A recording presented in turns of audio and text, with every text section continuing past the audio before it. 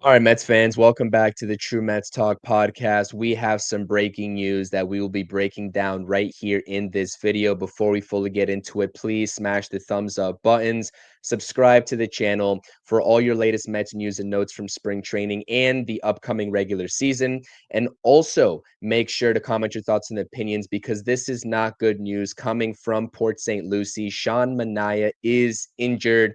This is the second starting rotation injury in a row, shortly following the Frankie Montas injury that had the Mets shut him down from throwing for the next 6 to 8 weeks. Sean Manaea will also be shut down for the next few weeks in terms of throwing. It is an oblique injury for Sean Manaea, and the early reports are that Manaea is going to start his season in 2025 alongside Frankie Montas on the injured list. So now that is two rotation spots that are up for grabs to start the 2025 season, as we are just a little bit over a month away, approaching opening day in Houston on March 27th. This came out of nowhere, just as the Frankie Montas injury did. And I will say, if the Mets were not planning to pivot externally after the Montas injury, I have been talking about it. I'm sure a lot of other content creators surrounding this New York Mets community has been talking about it in terms of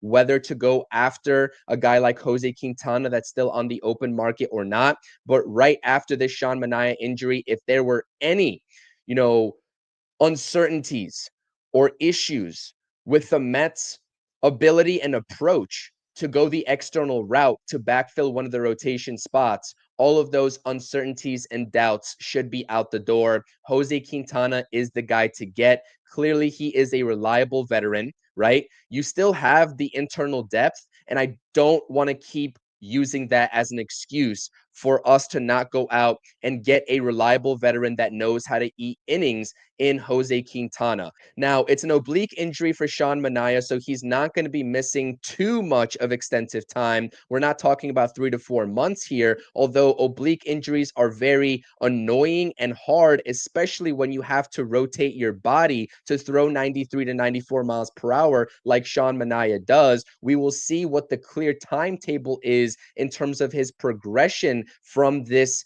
injury when he is shut down away from throwing. We'll see how it heals because we don't have any sort of timetable right now like we do for Frankie Montas.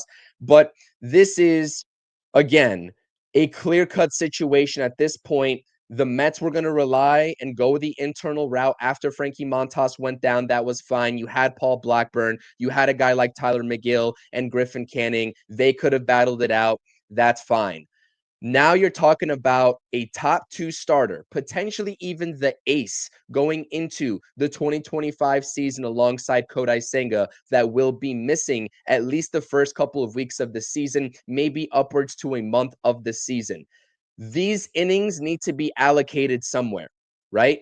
And the Mets can still go ahead and rely on Paul Blackburn, Griffin Canning, and Tyler McGill in that order to round out the 4, 5, and 6 in the rotation. But I think that would be quite silly at this point, given the gravity of this season that is approaching.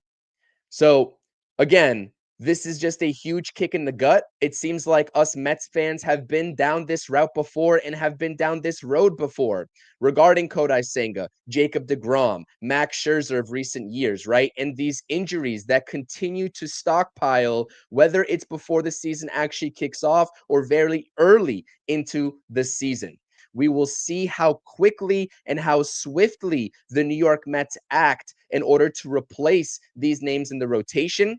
All eyes are still going to be internally on the likes of a guy like Tyler McGill, Griffin Canning, etc. Also, Max Kranick, who we saw throw the baseball for 2 scoreless innings yesterday. Those guys are still going to be in line for competition, but right now it's a no-brainer, especially after the Andrew Heaney deal, a $5 million deal on a 1-year deal to go to the Pittsburgh Pirates. The Mets can go out there and sign Jose Quintana for something similar in the ballpark of $6 to $8 million.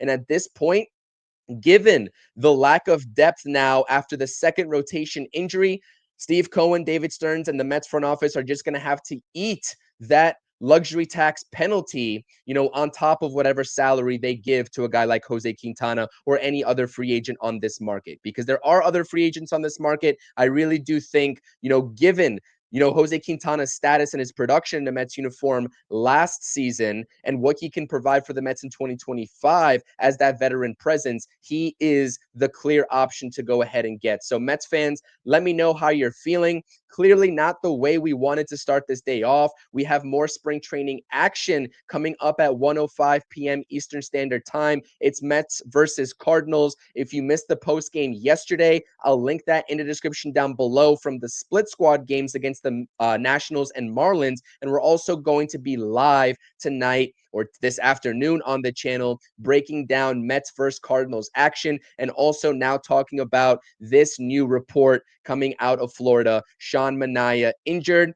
going to be shut down from throwing, and it's an oblique injury. He will begin his season in 2025 on the injury list. We'll see how the Mets pivot.